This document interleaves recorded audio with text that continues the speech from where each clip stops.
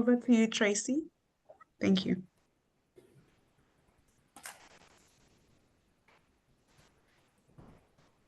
Good morning, good afternoon, good evening, wherever in the world you're joining us from. This is the Wellness at the Forum webinar, and I hope that we have lots of excited participants ready to join us at the SVRI Forum. My name is Tracy Kotzen. I'm the CEO of the Mental Wellness Initiative and the co-leader of the wellness team for this year's forum. I'm a trauma counselor, trauma release practitioner, and feminist researcher in the discipline of sociology. As practitioners, researchers, survivors, activists, policymakers, and funders in what is potentially the most trauma-exposed sector in the world, we are chronically at risk of burnout, moral injury, and compassion fatigue. To guard against these, thus allowing ourselves to keep showing up for others as our best selves, we are ethically obligated to take care of ourselves.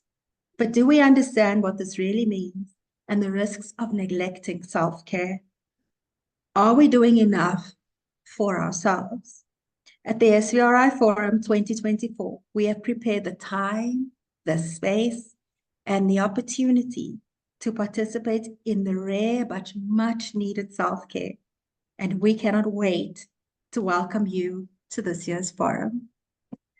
A few housekeepings before we get started. If you need interpretation, please look on the meeting controls at the bottom of your screen, find the globe icon or the word interpretation, and find the necessary language that's available for you. This meeting will be recorded or might already be being recorded, so please be alerted to that. And we will be together for an hour, concluding at 3:30 South African time. I would like to now introduce Liesl to all of us. Liesl is the Global Partnerships and Network Manager at SVRI. She has over 16 years of experience in the development sector, focusing on violence against women and violence against children, and has been a member of the SVRI Forum Organizing Committee since 2009. She has conducted research on violence against women and children in the health and justice sectors within the South African Medical Research Council, led practitioner research studies in South Sudan and Myanmar, and has contributed to grant-making efforts aimed at strengthening SRHR youth-led organizations in East and Southern Africa. Liesl's passion for knowledge sharing and field building is reflected in her extensive experience supporting global research and capacity building initiatives within the SVRI Forum, serving as the core of her work. As SVRI's partnerships manager, she builds and nurtures relationships and collaborations that enhance the forum's impact and strengthen the global response to violence against women and violence against children. Liesl, please present us with your 5-minute address. Thank you. Thank you, Tracy. That was very nice.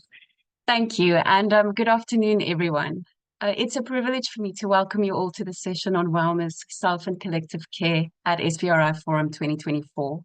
This year marks our 8th international forum, and with over 490 presentations, more than 50 participant-driven events, 20 workshops, a cinema, and art and entertainment, we are bringing together 1,500 people from across the globe. It's going to be a busy and dynamic few days, so it's a good reason to remind ourselves of the importance of taking care of our own well-being in the midst of it all. In a field as emotionally charged and challenging as ours, these topics are not only important, they are essential to our ability to continue our work. For me, this subject is deeply personal. During my early days as a young researcher in South Africa, working on retrospective rape studies, I was asked to take over from our team's lead researcher, who was dealing with pregnancy complications at the time. I was new, inexperienced, and certainly not fully prepared for the emotional weight of the work. I found myself in a position where not only was I trying to navigate the sensitive nature of the research itself, but I was also responsible for a team of field workers who were struggling with their own experiences of trauma in the research and in their personal lives. Many of them were dealing with the profound emotional impact of working so closely with survivor stories, often without fully understanding how this work was affecting their own well-being. I saw anger, frustration, and emotional acting out within our team. For many of us, this brought up our own trauma, experiences of violence we had witnessed or endured ourselves. Although we had access to debriefing support, this was new territory for all of us. We had to learn, often painfully, how to support each other in ways we didn't yet fully understand. That experience taught me a powerful lesson, that this work, whilst important, comes with a heavy emotional toll. I know how easily we can become overwhelmed by the trauma we are exposed to, whether in our own lives or through the stories we bear witness to in this field. It was in this moment that I realized how important it is not just to be aware of the trauma we encounter, but to actively engage in practices of care for ourselves and for each other. So at the SVRI, we have taken such lessons to heart.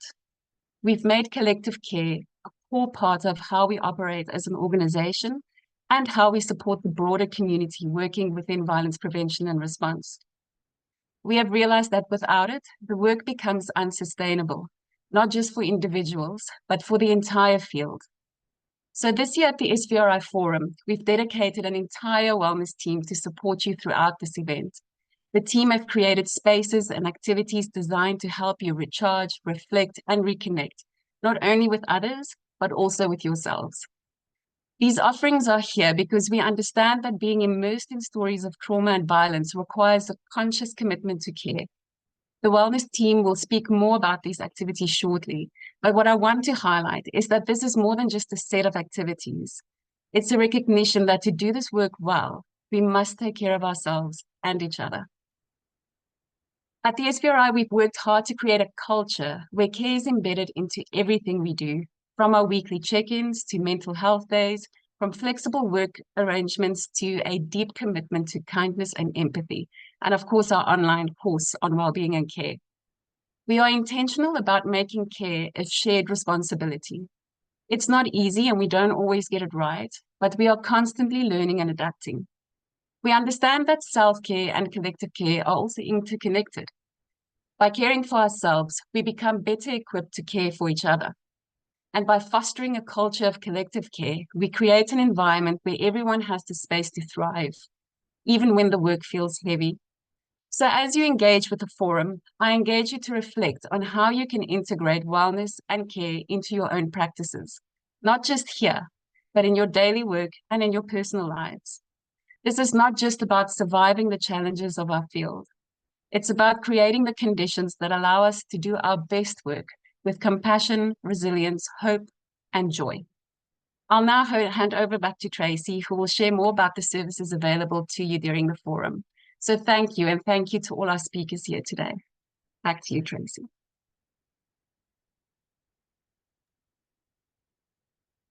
Thank you, Lisa. You know, we've been working together for a while now, and if I wasn't already part of this team, I certainly would want to be after what you've just shared. It's such a poignant reminder that we are doing the work and we are the work. And if we don't love and support each other through the work, it doesn't get done to the fullness of what might have been possible. We're now going to move on to our panel discussion, and I would like to introduce the panelists, but just reminding our participants today that we do have the chat box available. If a question comes up for you, please do drop it in the chat box. We have people manning those boxes, and they will attempt to respond to your questions. We've got a short Q&A session at the end, but we don't have much time. So if we can answer you in the interim in the chat box, we'd love to be able to do it that way. I'd like to introduce Shireen Motara. Shireen is a certified coach and the CEO of Tara Transform, a social impact focused consulting and coaching agency. And the next chapter, which is a platform and community established to support women's leadership, transitions and well-being, and to bring visibility to the lived experience of women in midlife. As an African feminist, she's deeply passionate about the potential of women and Africa addressing inequality, and committed to social change that values and recognizes women's rights and contributions. Her conviction is that women should be able to claim their space anywhere and everywhere. She uses her skills, knowledge, experience, and networks to increase the visibility, voice, and influence of women in the workplace and society. In a world that undermines their value and contribution, Shireen has a deep understanding of how systemic oppression and discrimination affects women's opportunities. Welcome in. Robin Julies. Robin is the director and lead researcher at the African Population Behavioral Research Institute and co-lead for the 2024 SVRI Forum Wellness team. With a master's degree in psychology, Robin's work primarily focuses on developing context-specific insights and solutions using ethical social science approaches. Robin has extensive practical experience as a psychological practitioner and researcher, and has a keen interest in providing psychologically safe spaces. Under her leadership, the APBRI aims to co-create impactful and sustainable solutions with clients, address the unique challenges faced by African populations, and contribute to the development of evidence-based strategies for positive behavioral alignment. Welcome, Robin. Jenna Bayer. Jenna is a counseling psychologist, a keynote speaker, and a mediator. She has over a decade's worth of experience in the education, business, and NGO sectors, as well as working with various parastatal and government departments. Jenna's experience includes therapy for individuals, couples, and families, psychoeducational training, and support group facilitation, mediation work, and human rights activism. Jenna has lectured psychology honors students in community and health psychology and has appeared prominently in South African media, where she continues to advocate for mental health.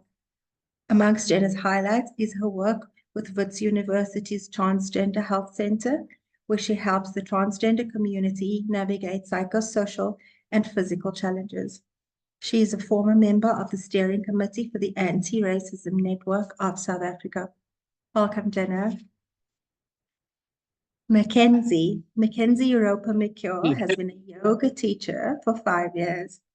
With trauma-sensitive yoga, she provides a non-verbal, safe, and empowering whole-body practice for survivors to develop accessible, effective tools and further empower resilience in their trauma recovery journey. Welcome, Mackenzie.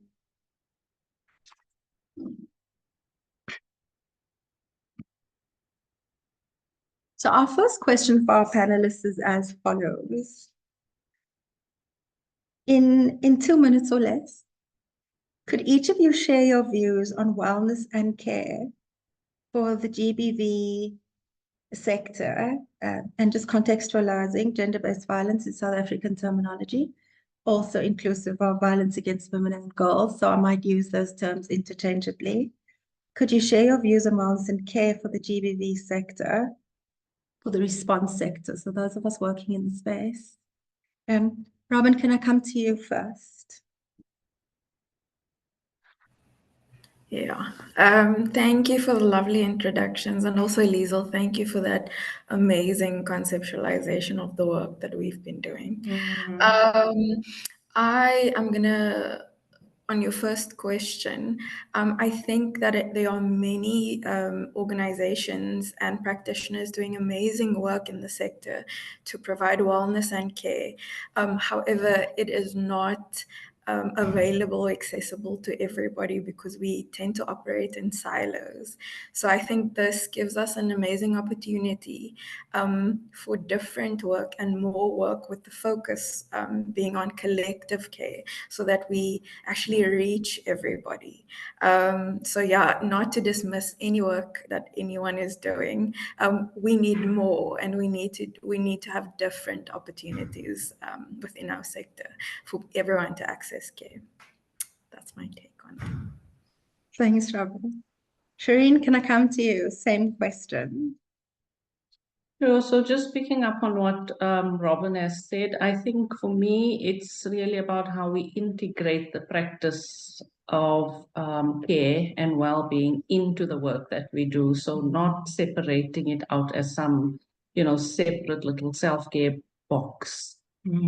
Also, the idea of collective care being a political ideology. So understanding that when we talk about collective care, that we need to be thinking about it at a systemic level as well. So how do we, drive collective care as part of our programmatic and organizational strategies and make sure that donors are funding that kind of work meaningfully and recognizing that, it doesn't matter how much we do, for example, on the policy level and so on, if we are not practicing this idea of solidarity, collective care, those who are doing the work and those who we are supporting, then we are not doing justice to the work that we do.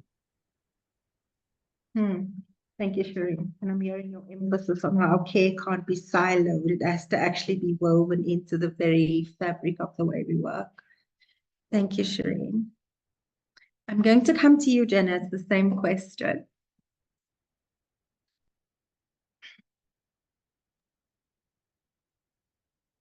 Hello? We hear you, Jenna. Well, we're muted now, but can you unmute? Okay. Yeah. So on similar lines to what they said, there isn't a great culture of interdisciplinary collaboration. And so what I mean by Jenna, sorry, we've lost your audio. Can you hear me? Yes, you were saying culture of Sorry. collaboration. Sorry, guys. So I'm a great believer in interdisciplinary collaboration. So in my career, what I've often done is, let's say in a month, I'll have a high levels of gender-based violence cases. I'll send ideas to the media so we can speak about it in the media so the public can know what goes on. Share this with the Commission for Gender Equality, the South African Human Rights Commission, SAPS, etc. In other words, a culture of sharing information. I think that's the part that's lacking, because in a similar theme in what other people have said is that we work in silos. And the reason we work in silos is because of our healthcare system.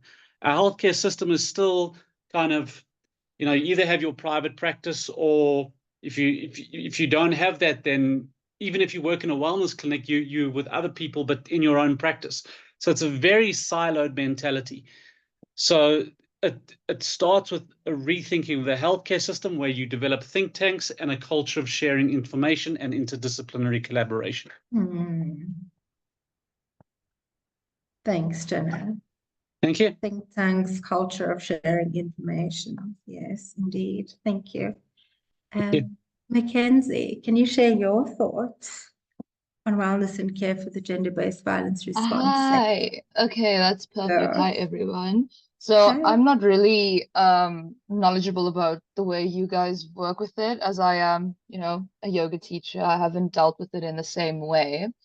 But from my part, I do notice like my focus is mainly on like the cultural barriers and societal norms, which like discourages people from really seeking help or reporting on incidents. So from the yoga side of things, the way I deal with that is the way I practice or teach or hold space for trauma sensitive yoga. It's very subtle, and it's not really focusing on the trauma, but working kind of behind the scenes to deal with that and cope with it and find tools to deal with that. Because also in the context of South Africa, we're constantly being introduced to trauma almost on a daily basis. So finding techniques and tools to deal with that just through the practice of yoga is how I like to go about it. Very subtle and in the background. Yeah, I think that's all really. Thank you, Mackenzie, and very effective. As we know, if you're moving the body, you're also moving the mind, the emotions, the spirit, because all is linked. So thank you, Mackenzie. I want to summarize in 10 seconds that some of the barriers that have come up for why we don't necessarily get to our own self-care or collective care properly is that it's not institutionalized at a political level. It doesn't cut across as part of the woven fabric of the way we do the work. It still sits in its own little tacked on the side silo. Some things around the stigma and culture, and I know that manifests differently in different countries, but in South Africa, there are some profound barriers that stem from stigma, which is rooted in culture. And then some solutions about sharing of information, putting together think tanks, and really, I suppose, finding the agency within ourselves to cross over the barriers that put us in these fields of practice, the way Jenna has outlined for us, to deliberately come together. And of course, the forum gives us exactly that opportunity. My only complaint about the forum is that it's not every single year. Liesel, take note. But every 2 years is great. And we look forward to that exact opportunity to just get past the barriers and connect across what is quite a broad sector. I'd like to come to some specific questions. I see you, Liesel. Yes, you do need a year to recover from each forum. I agree. I just want to come to Robin. Robin is the co-leader of the wellness team. What are the primary themes for wellness and care at this year's forum, and why are these important to us? So you and Liesel have both touched on a few. We have taken extreme care to cultivate a space that focuses on, and I'm addressing the overarching themes now, is collective care and self-care. So just finding your community and finding space for yourself in the various communities to access the kind of care in this forum space that you would need. Another theme that runs across everything we've done, all the activities, and Tracy will introduce those, is a sense of gratitude. And I also want to say as an element of that joy. So gratitude in self, with self, and finding gratitude in community. Another theme that runs across very strongly as well is the mind and body connect. And again, Tracy will share with that. We have various activities that speak to connecting with your body, and then processes where you can have a moment of reflection with self. So just finding the balance between what the body needs and what the mind needs, and that those things are not separate, as Tracy said earlier. And why this is important for all the reasons that we mentioned already, right? Just providing space in a forum with practitioners, with activists, with researchers. So a space of community, among community, where everyone can come together and find their place, whether it's with people or not with people, depending on what you need in any given moment. And just creating space for yourself, and not feeling a sense of, oh, this is another box that I need to tick, but actually that's caring for self and finding community is a priority, and that's part of your wellness I want to say backpack or survival kit, if you will. So those are the overarching themes that we're really pulling through across all activities that Tracy will mention. I hope I answered the question, Tracy. Thanks, Robin. Thank you. I want to come to Shireen. So within the wellness framework for the forum, there are a few partners that have partnered with the wellness team and have brought some specific content and topics into this wellness conversation. Shireen, your organization is one of those. So you've come in to present a session. So this session will happen at the forum. So nobody get excited for today. It'll be at the forum. The presenter session on becoming more adept at leading self and others through the lens of self-awareness and the Enneagram. Could you elaborate more about your intentions for the session and why it was important to bring this discussion to the forum? Thanks so much, Tracy. So firstly, we want to thank the AWDF for supporting us to be at the forum and be able to bring this workshop, mini workshop of just about 2 hours. Our recommendation for the session is based on our work that we do with women leaders and feminist leaders in general, and what we have observed around self-awareness as foundational to leading self and others, but also to well-being. I think we are well aware that as leaders, we are often so engrossed in what we do, what we have to achieve, the change we want to bring to the world, that we are often blind to how we are disconnected from our own needs and our own well-being. And often that is what, puts us on the fast track to burnout, to health issues, to chronic health issues, and so on. And believe me, I'm a testament to that. But what we want to do is we really want to, in terms of the energy that SVRI in general wants to bring around wellness and care, we want to bring a particular focus on leadership and being well as a leader. And that being from a place of understanding yourself deeply, understanding your triggers, understanding the things that often stand in your way, the things that keep you stuck.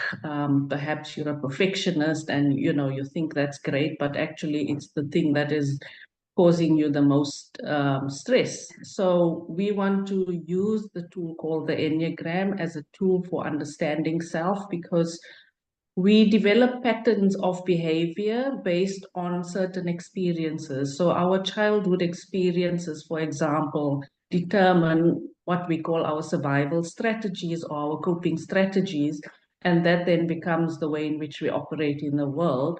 And as we grow and develop, of course, that may not be the best.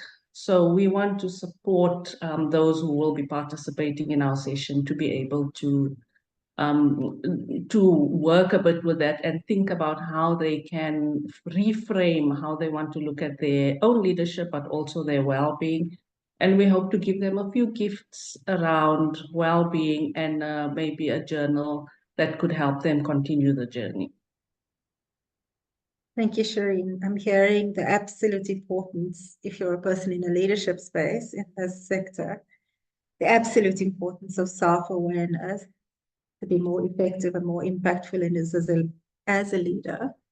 And then the subtext of that is, if a lot of us are coming into the space with our own GBV wounding, as many of us do, that self-awareness becomes even more critical. Otherwise, we run the risk of bleeding on the people we're working with and trying to serve. So I'm understanding you correctly, Shireen. Yeah? Great. Yeah. Thank you. Thank you. And then I'm coming across to Jenna.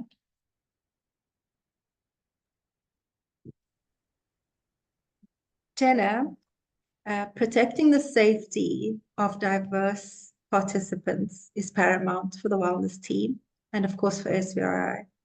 And it should be a priority in the field as well. And I say should be because sometimes it's a little bit complex for us to understand how to manage diversity when we're managing collective care. Can you share with us your perspective on effective collective care, considering the vast diversity of practitioners, survivors, activists, researchers, policymakers, etc., in this space, and their genders, cultures, races, all of that mixed together in one sector? What does collective care mean in that context? Yeah, well, just to start off this answer, what I've noticed in terms of collective care is that the reason there's a barrier to it is because the instinct among trauma practitioners or GBV practitioners is that because of the alarming nature of it, the instinct is to rescue, A, and B, you seen as the expert. And so the natural instinct is you can become quite individualistic like that. And you can forget the fact that Western response to trauma is different to African responses to trauma and things like that. So it can become like that, and there's no bad intentions or anything like that. It just becomes a way of life. So the first thing is to say is to watch for a pattern of rescuing, and to say to yourself, acknowledge each other's expertise. And the expertise is not just knowledge in GBV, but GBV in relation to that person's cultural reaction to GBV. And so, although I might have done this for 14 years or so, I don't know how people in Mozambique or Angola react to this. So I'm still learning every day. But if we have a kind of stoic, I'm the expert mentality, where I've got to know everything because I'm the rescuer, it can actually hinder your development. So that's the first thing. And so that then leads me to the next thing, which is to check in regularly. Because just when we think we are doing well with something, we get thrown a curveball, or whether it's a cultural thing or a gender thing. So just to keep regularly check in with colleagues or practitioners, not kind of once in a while. It's something I yearn for, just those check-ins and something I like to do as well. And what I would say is, for example, when it comes to this conference, is to foster a team mentality from the start. So when we arrive at this conference and other conferences, to say, instead of just arriving and waiting for the whole thing to start, maybe before it starts is to get together and say, guys, we're in this together. Just as much as we're here to help people, we are a team in this. So that's what I strongly recommend for these conferences, is a pre-conference sort of team gathering, pep talk, however you want, just A, to talk about what you're about to deal with, and B, to get everyone's different cultures and backgrounds. Because the thing I'll always say is that in this profession, you cannot be everything to everyone. You cannot. Just because you're a psychologist doesn't mean your expertise is to help children. So although I'm a psychologist, I've never done play therapy, you know what I mean? And there are times where they say something where it's not in my realms of expertise. And so that's where the humility aspect comes into it. Continue to offer resources. Often we think resources say, well, here are the symptoms of depression. But it's not only that. It's also, this is how my tribal culture deals with this, that type of thing. So continuing to offer resources and articles and workshops and supervision groups. And the last thing I want to say is to consider your privilege, because on the one hand, there are times in a conversation where you will have privilege historically, and there are times when you won't. So there are times where you'd be talking to someone, and without even saying something, they could pick up an elitism, or that you're not connecting to their lived experience, or that you may come across colorblind or blind to their culture, whatever that might be. So to continually check in with your privilege, because it can show itself in their reaction. Because to sum it up, when a person experiences a trauma, two assumptions about the world are shattered: that the world is a safe place and that people can be trusted. So more than knowledge, a person wants to know that they can feel safe when they talk to you. And that includes understanding your place in that conversation. Cool. Thank you. Thank you, Jenna. That was profound. I kind of want to say, can you write an article on that, please? Because there was some really sort of golden nuggets there. I think we forget about privilege. I think we forget to be humble and constantly have a learning mindset. I remember in my early career, I was super prone to rescuing, and it nearly burnt me out. And then I had to learn, where do I begin and the client ends? Where are boundaries? All of those things. Thank you. Thank you. That was really, really. Please, I'm serious about the article, but please do write an article. Listen, more like a book than an article. There's so much on this. Well, I'll publish your article in the magazine. So, fantastic. Okay. No problem. Thanks, thank you. Thanks, Dana. So I want to come to Mackenzie. Mac, as a yoga practitioner, and you touched on this a little bit earlier, but maybe elaborate for us. Why is movement an important part of self-care and healing? Hi guys, again. So obviously, besides the physical benefit of yoga, which is, strengthening flexibility, you're releasing tension, it's a nice stress release to practice yoga. You're connecting to your breath, you're connecting to your body. But beyond that, there's also this emotional benefit that comes with it. So if I take Vinyasa yoga, for example, that's literally breath with movement. So that connection that you're getting by moving with your breath, it kind of like fosters this connection to more than just the body. You get like this deep sense of awareness for your whole body, even beyond that. And I mean, if I think back to my own teacher training, when I started doing yoga, I was doing yoga like every single day, and just doing that, being in my body the entire day, it's like I wanted to be healthier, I wanted to feel better. And at some point, it's like everything feels like one. So this mindfulness that you gain, this mindfulness for your body, for everything altogether, this mind-body connection, it's like such a beautiful, profound experience. I can't really explain it. It's only something that you can experience. So getting to that point is so wonderful in a practice. And I really hope that everyone can experience it. That's why I love to teach. And I mean, like you always saying, when do you separate yourself from the client? I've struggled with that because I love just holding space, but eventually it does take away from you. But I luckily, through yoga, have awareness. So I notice when it burns me out, and then I can take a step back. So yeah, the spiritual benefit from yoga is really what it's all about. A lot of people think that yoga is just movement, it's just the asana, but it's so much more than that. If you look at the 8 limbs of yoga, which is what it was based on, it's all just philosophy and really like being with yourself and looking inward, you know?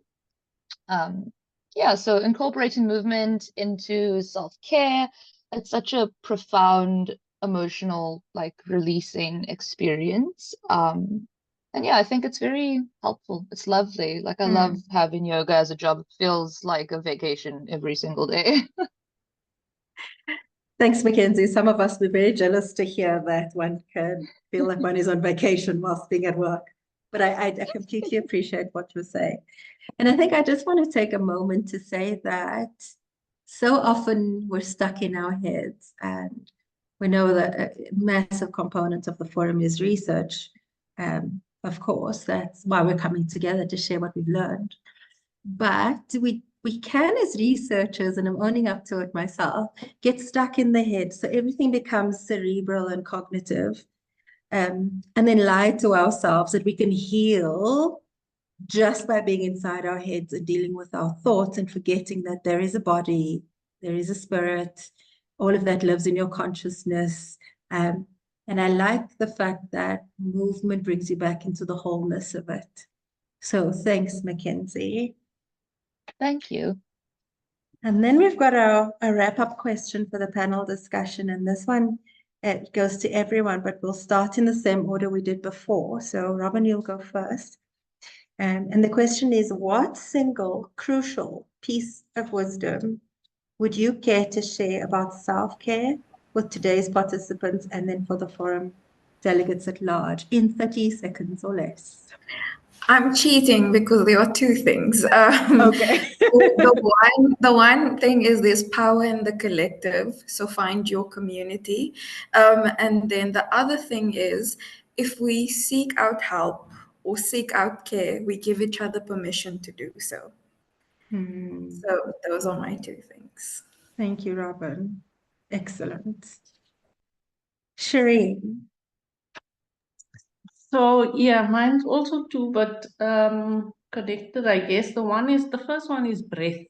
And you know, how breath can help you in so many ways, that you have this tool that you live with that can help you live well. It can help you manage anxiety. It can help you when you're feeling stressed.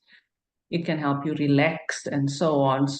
And learning different breathing techniques can really help you live with more ease. And then the second is knowing yourself deeply. Of course, as a coach, I'm going to say that, but the more you know yourself, the more you are able to live the kind of life that you want to live, and also bring the kind of change you want to bring without feeling the overwhelm constantly.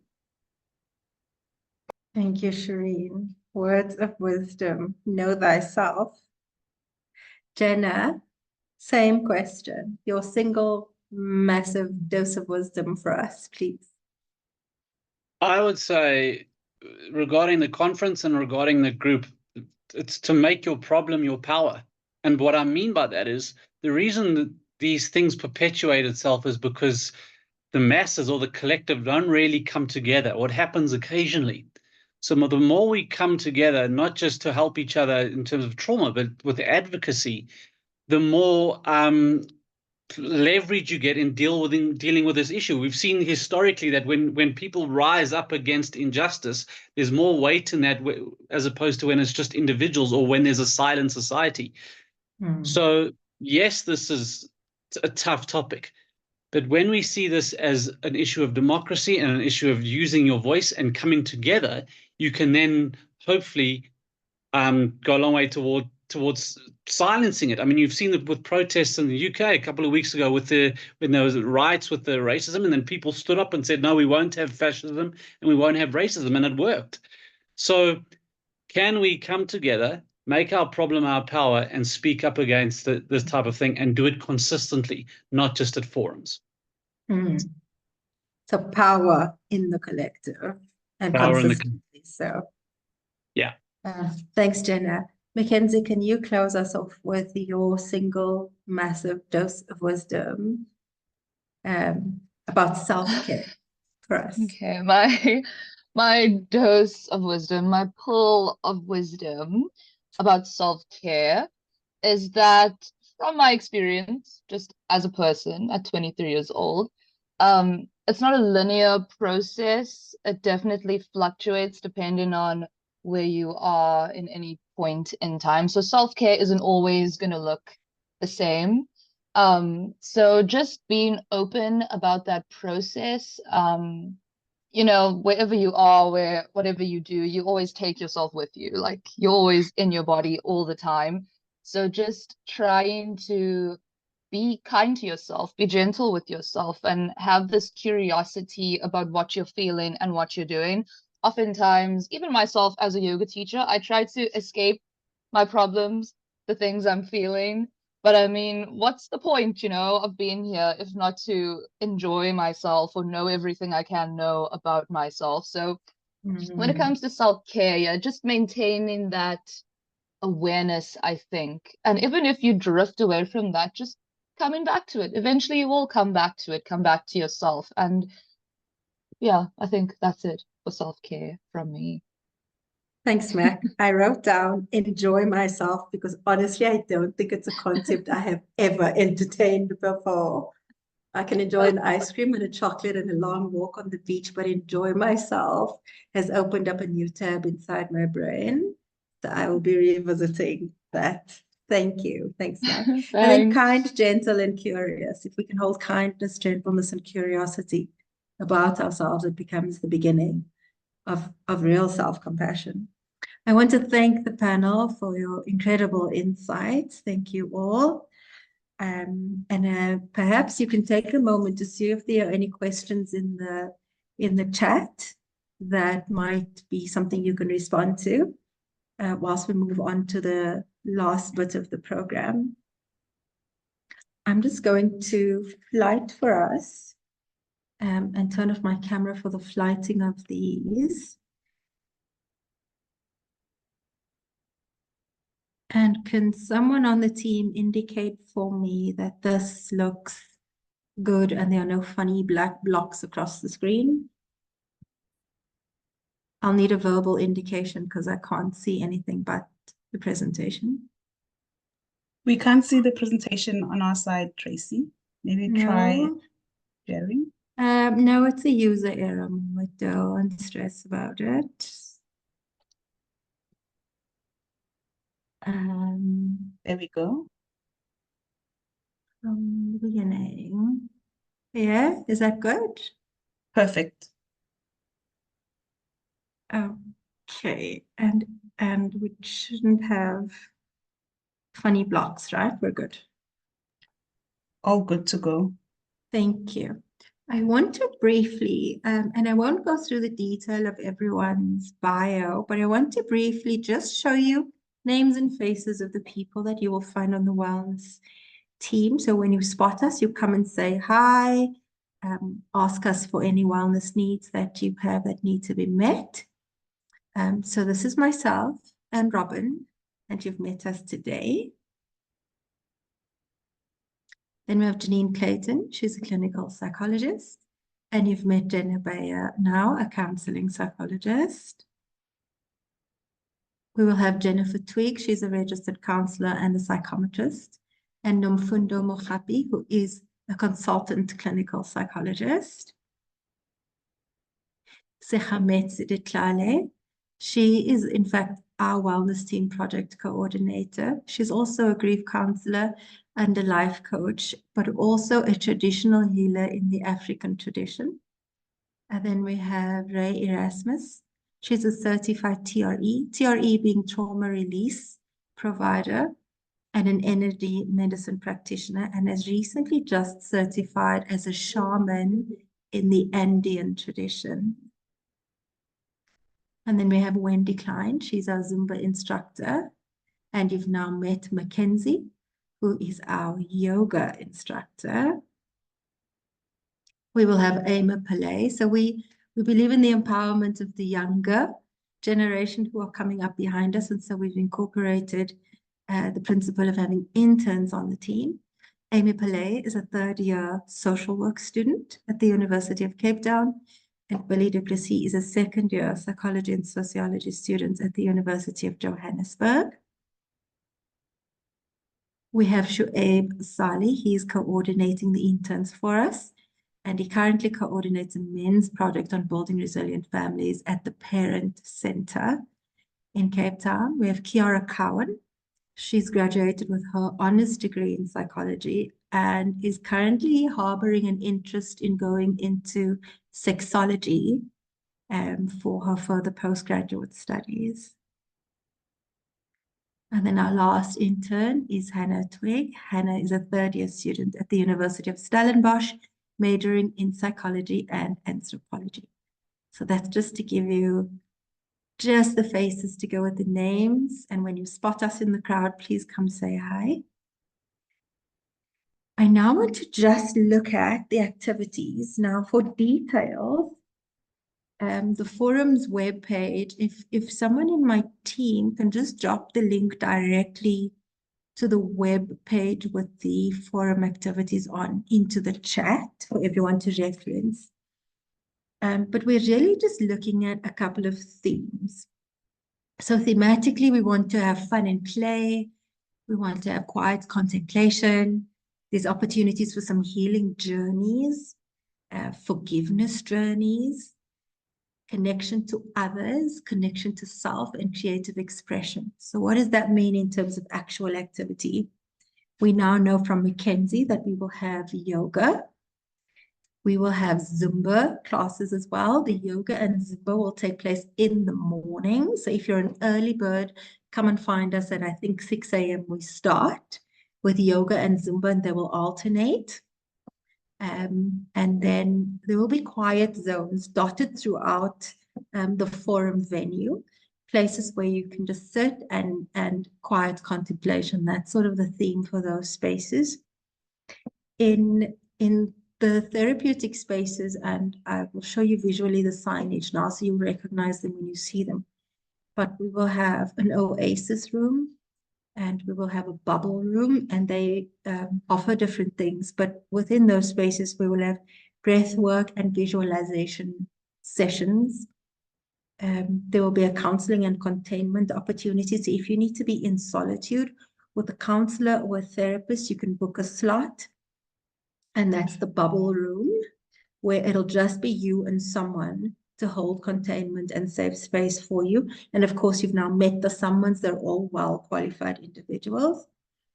We will have sacred circles, which is really important themes for our sector, but it's getting together in small groups and doing a deep dive discussion on a specific theme.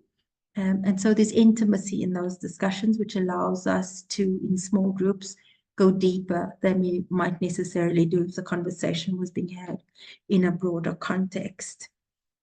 Staying with the mind-body connection, we've got trauma and stress release, known as TRE. It is a somatic therapy, meaning body-based. And it's one of those really nice instruments for people who don't necessarily want to talk about what's going on with them, but recognize that there is a need to just release some stress, anxiety, worry, concern from the physical body. And it helps hugely with self-regulation.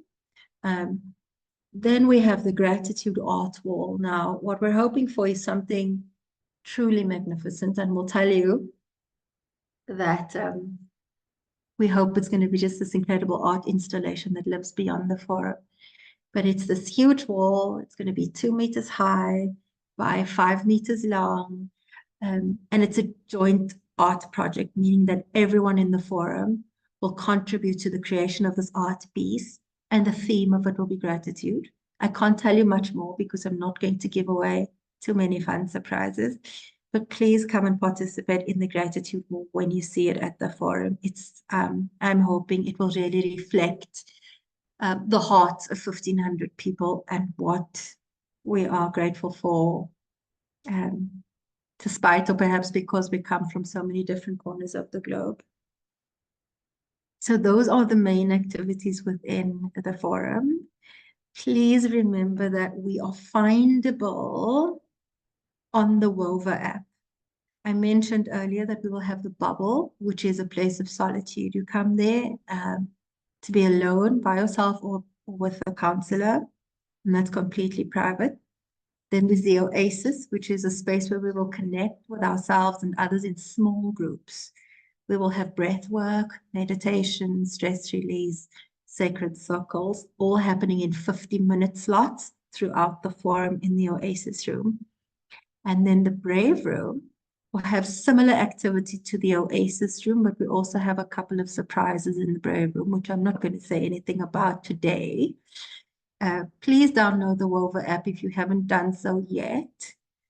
How do I want to say this?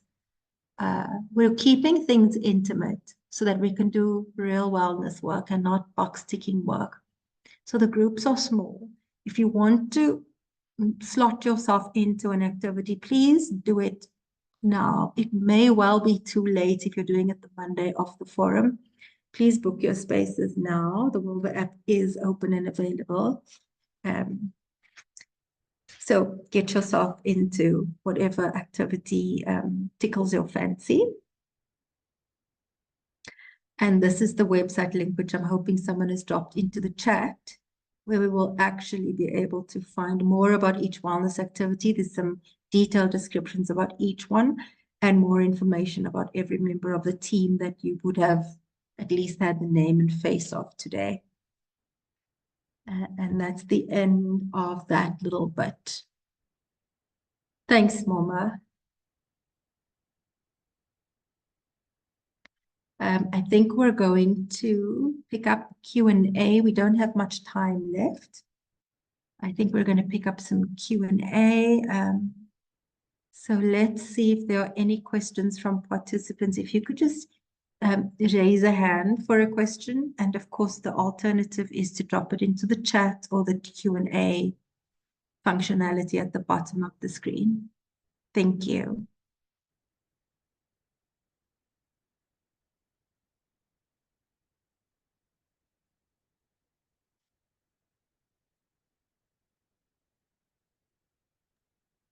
Tracy, I think there was a question in the Q&A. It's more of a comment. Someone saying thanks, she'll check. Jennifer was saying thank you, I'll check these out. And I think that's referring to the website links. No, Tracy, sorry, Liesl, go ahead. No, I've dropped it in the chat for you. So Jennifer's asked, do you have any suggestions for how organizations can integrate self-care and wellness into their organizational practices? So I've just given some resources, but it would be great if you could maybe just speak to that for a second. I think Shireen touched on that earlier. So Shireen, that might be your wheelhouse. How can we mainstream this throughout the fabric of the way we work within organizations and not only without them? Yeah, I think, I mean, my worry always with with these things is that it becomes like a little fad, a trend, and then we move from it and there we go again on to something else. So I do think that we need to integrate it. For example, how is our organizational strategy considering wellness? How is our HR practices, policies, and systems? How is our work schedules? How is our management style and our organizational culture addressing those things? So it has to be, in all elements of the organization, but then also making sure that the resources are available. What we've seen with clients is that there's lots of resources for self-care, but there's no time. So we're overworked, we're too busy, and we're too exhausted to do self-care because we just don't have the energy. So it's also about, managing things like overworking, the demands, and we know our sector is under-resourced, so people have to do a lot more with a lot less. And I think that's part of the systemic challenge that we have to address, because if we don't have enough resources, then we are going to be overworking and we're not going to be prioritizing well-being. So the system in itself has to shift and change in order to make sure that at an organizational level, we are able to do it.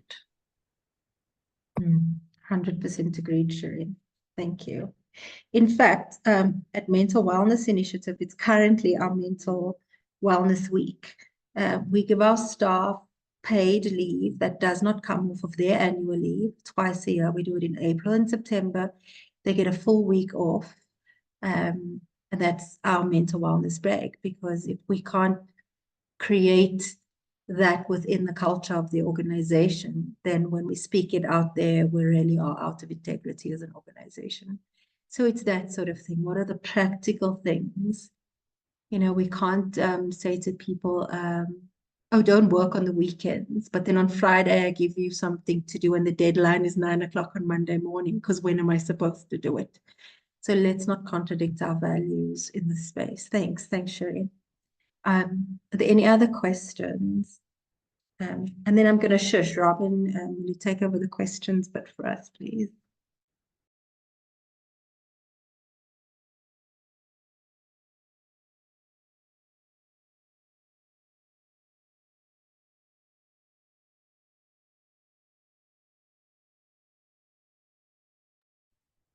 Sorry, I said I was going to shush, but I'm wondering if someone can, there's a question in French, if someone can, one of the translators can pick that up and translate that for us into English, please.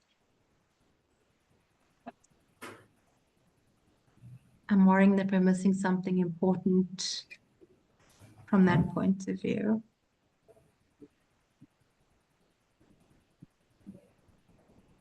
I don't see any hands. Tracy? Yeah. The French comment is just thank you for the different presentations, which introduce the richness of the conference, and saying just it's a shame I can't take part. So very sorry to hear you can't come, William. Indeed, very sorry to hear you can't come, but thank you for that comment. All right, so we've got 2 minutes to go, and unless we have another pressing question, can we close?